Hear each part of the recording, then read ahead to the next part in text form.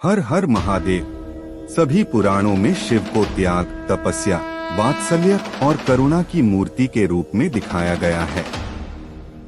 ऐसा कहा जाता है कि शिव सहज रूप से प्रसन्न और फलदायी हैं। शिव पुराण शिवाजी के जीवन और चरित्र पर प्रकाश डालता है और उनके निवास, विवाह और उनके पुत्रों की उत्पत्ति के बारे में विशेष जानकारी देता है। भगवान शिव हमेशा परोपकारी और परोपकारी हैं। 3 देवताओं में उन्हें विनाश का देवता माना जाता है। शिव की पूजा अन्य देवताओं की पूजा की तुलना में बहुत सरल मानी जाती है। अन्य देवताओं की तरह सुगंधित माला और नमकीन व्यंजन की आवश्यकता नहीं होती है। शिवाजी स्वच्छ जल, बिलिपोट, कांटों और अखाद्य पौधों जैसे दातुरों आदि के फलों से प्रसन्न होते हैं। शिवाजी को सुंदर वस्त्र या आभूषण की भी आवश्यकता नहीं है। महादेव को नटराज के नाम से जाना जाता है क्योंकि वह अपने गले में जटाजुधारी, सर्प और रुद्राक्ष की माला, शरीर पर बाघ भांबर, तेंदुए की राख और हाथ में त्रिशूल लिए ढोल बजाते हैं।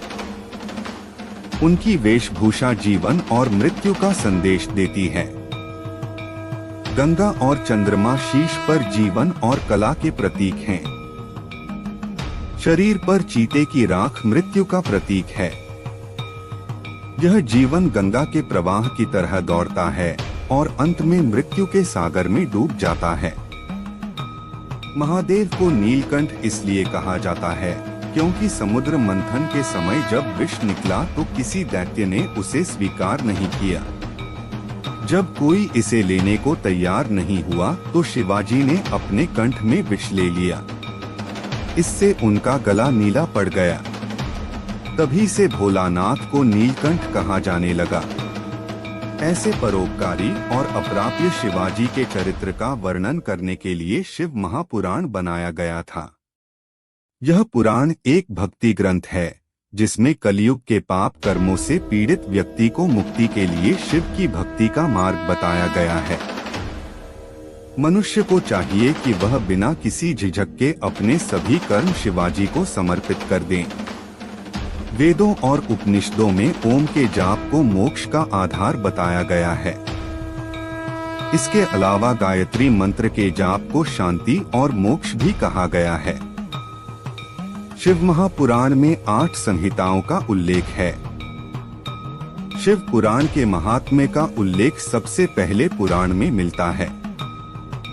इस अवसर पर चंचला नाम की एक गुणी स्त्री की कथा है जो शिव पुराण को सुनकर आत्म साक्षात्कार प्राप्त करती है। इतना ही नहीं, वह अपने पथभ्रष्ट पति को मोक्ष भी प्रदान करती है। इसके अलावा शिव पूजा के अनुष्ठान का भी उल्लेख किया गया है।